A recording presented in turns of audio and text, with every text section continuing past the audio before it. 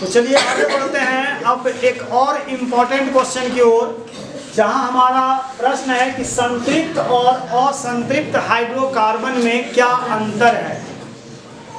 फिर से एक बार हमारे प्रश्न को ध्यान से सुन लीजिए कि संतृप्त और असंतृप्त हाइड्रोकार्बन में क्या अंतर है। तो हमने इसकी जो परिभाषा है संतृप्त हाइड्रोकार्बन का, इसको मैं बता दूं कि वह हाइड्रोकार्बन जिसमें कार्बन अपने अन्य कार्बन परमाणुओं से एकल बंधन द्वारा जुड़कर यौगिक का निर्माण करते हैं, उसे संतृप्त हाइड्रोकार्बन कहते हैं। तो अब आता है कि इसमें एकल बंधन में जुड़ने के लिए कहता है।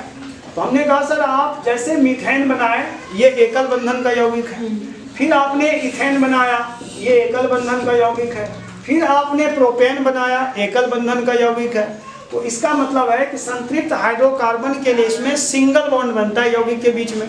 तो इसका मतलब है कि मीथा, इथा, प्रोपा, ब्यूटा, पेंटा, हेक्सा, हेप्टा, ऑक्टा, नोना, डेका जो आप पढ़े हैं वो सारे के सारे कैसे हाइड्रोकार्बन है? संतृप्त हाइड्रोकार्बन। तो चलिए उसका परिभाषा मैं एक बार फिर से बता दूं कि वह हाइड्रोकार्बन जिसमें कार्बन अपने अन्य कार्बन परमाणुओं से एकल बंधन द्वारा जुड़कर यौगिक का निर्माण करते हैं, उसे संतृप्त हाइड्रोकार्बन कहते हैं। ये हमारा संतृप्त का परिभाषा हो गया। चलते हैं अब असंतृप्त की ओर। क्योंकि असंतृप्त हाइड्रोकार्बन दो भाग में बटा हुआ है, एल्कीन और एल्काइन में।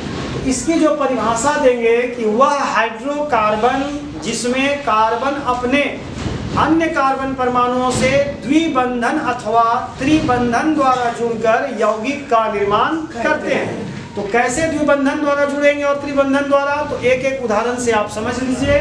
तो द्विबंधन यानी कि इथीन, तो यहाँ पे दो कार्बन के बीच डबल बॉन्ड दिए हुए हैं, 2 और 1 3 और 1 4, 2 और 1 3 और 1 4, यही हो गया आपका द्विबंधन।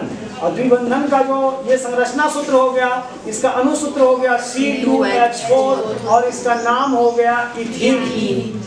अब इसमें त्रिबंधन के बारे में हमने कहा, तो मीथा, इथा, ये हो गया 3 बंधन दोनों कार्बन के परमाणु के बीच, 3 और 1 4, 3 और 1 4। चूंकि कार्बन की संयोजकता कितनी होती है? 4।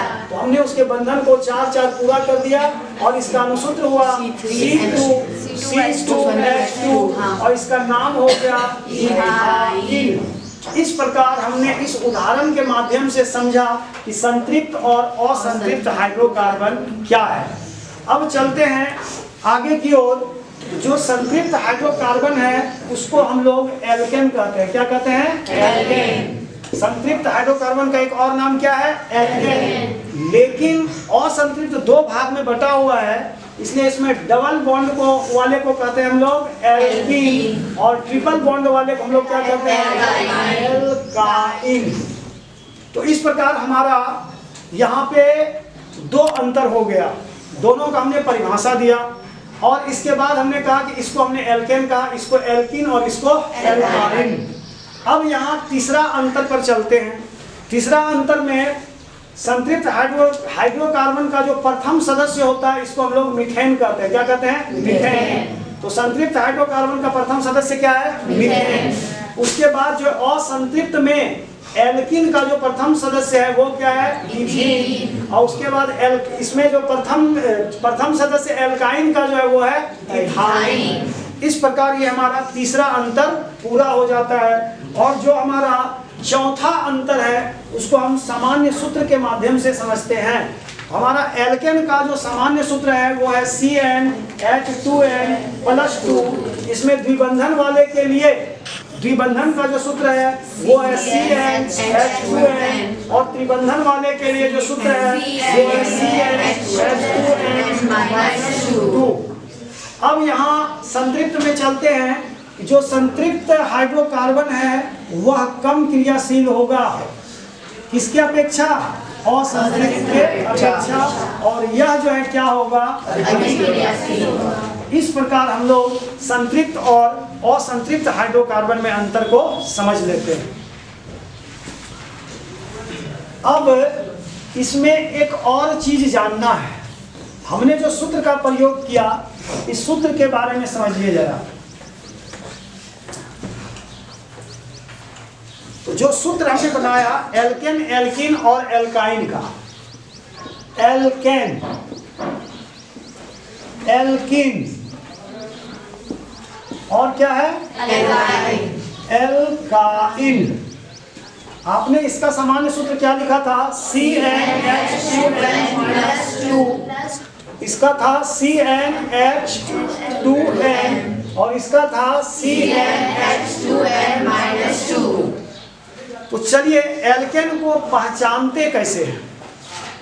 हमने कहा कि अगर यदि कहीं लिखा हुआ है ये, अब तुमसे ये यौगिक का नाम ये दे दिया हुआ मीथा इथा, मीथा इथा प्रोपा ब्यूटा पेंटा हेक्सा हेप्टा, ये है हेप्टेन 7। तो अब ये सवाल आता है कि ये एल्केन है या एल्किन है या एल्काइन है, कैसे समझेंगे हम इसको? मैंने कहा कि यहाँ पे देखिए कि जितनी कार्बन परमाणु की संख्या उसका 2 गुना से 2 अधिक हाइड्रोजन होना चाहिए। चलिए अब अगर यदि कोई पूछ दिया आपसे कि एक ऐसे यौगिक का एल्केन श्रेणी का सदस्य बनाएं जिनमें कार्बन की संख्या 50 है, जिसमें कार्बन की संख्या क्या है 50। आप उस यौगिक का नाम नहीं जान रहे हैं, आपसे खाली अनुसूत्र लिखने के लिए पूछा है। आप क्या करेंगे? इस सूत्र पर आएंगे। हमारा एल्केन का सूत्र क्या है? CnH2n+2। तो C का मान कितना है 50, फिर H 2 गुना N का मान कितना है 50 प्लस क्या है 2, यानी C 50 H 50 दुनी 100, 100 में 2 जोड़ेंगे कितना हो जाएगा 102। तो यानी कार्बन 50 वाले यौगिक का अनुसूत्र हमारा यही हो गया। अब चलते हैं एक एक ठो मैं बना के दिखा दूं। अगर यदि इसमें कोई बोले कि 12 कार्बन परमाणु वाले एल्किन का माने अनुसूत्र क्या होगा, 12 कार्बन परमाणु वाले एल्किन का अनुसूत्र क्या होगा? सूत्र मुझे मालूम है, हमने कहा कि 12 कार्बन परमाणु वाले, तो कार्बन का 12 है। तो लीजिए सर आप इस सूत्र में बैठाइए, CN का मान कितना है 12, H यहाँ 2 गुना कितना है 12, C 12 और H 12 गुना कितना होगा 24। ये हो गया एल्किन, यानी डबल बॉन्ड में ये बनेगा। उसके बाद अगर यदि ट्रिपल बॉन्ड में ये हम देख रहे हैं, ट्रिपल बॉन्ड में कोई ऐसा यौगिक बनाइए, मान लिया जाए कि 8 कार्बन परमाणु वाले एल्काइन का अनुसूत्र क्या होगा? तो चलिए यहाँ पे बैठाते हैं उसको। CN का मान कितना है 8 प्लस C8, हम N का मान 8 बैठा दिए हैं, H 2 गुना 8 माइनस 2, C8H 8 गुना 16 में 2 गया, कितना हो जाएगा 14। और इस प्रकार ये मेरा प्रथम एल्केन का प्रथम शब्द। एल्केन का अगर निकालने के लिए बोले किसी भी यौगिक का अनुसूत्र एल्किन का और एल्काइन का, तो हम किसी भी अनुसूत्र को इस सूत्र से क्या कर सकते हैं निकाल सकते हैं। चलिए इसको उतारा जाए।